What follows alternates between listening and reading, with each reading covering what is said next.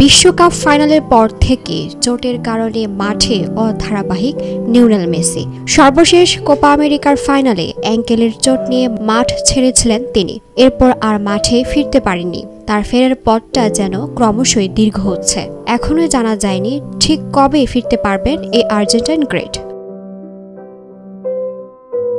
মেসিকে ছাড়া বিপাকে তার ক্লাব ইন্টার মায়ামিও। মেসির হাত ধরেই গত মৌসুমে লিগস কাপের শিরোপা জিতেছিল মায়ামি, আর এবার মেসিবিহীন মায়ামি দ্বিতীয় রাউন্ড থেকেই ছিটকে গেছে।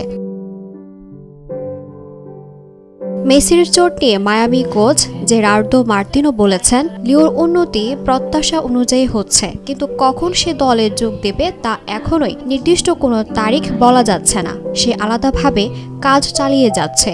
মার্তিনোর এমন বক্তব্যের পর মেসির ফেরা নিয়ে এক পডকাস্টে কথা বলেছেন মায়ামি হেরাল্ডের প্রতিবেদক মিশেলে কাউফম্যান, যেখানে মেসিকে নিয়ে শঙ্কার কথা জানিয়েছেন তিনি। দিলুর বাতনি, নিউজ ডেস্ক, ভোরের পাতা।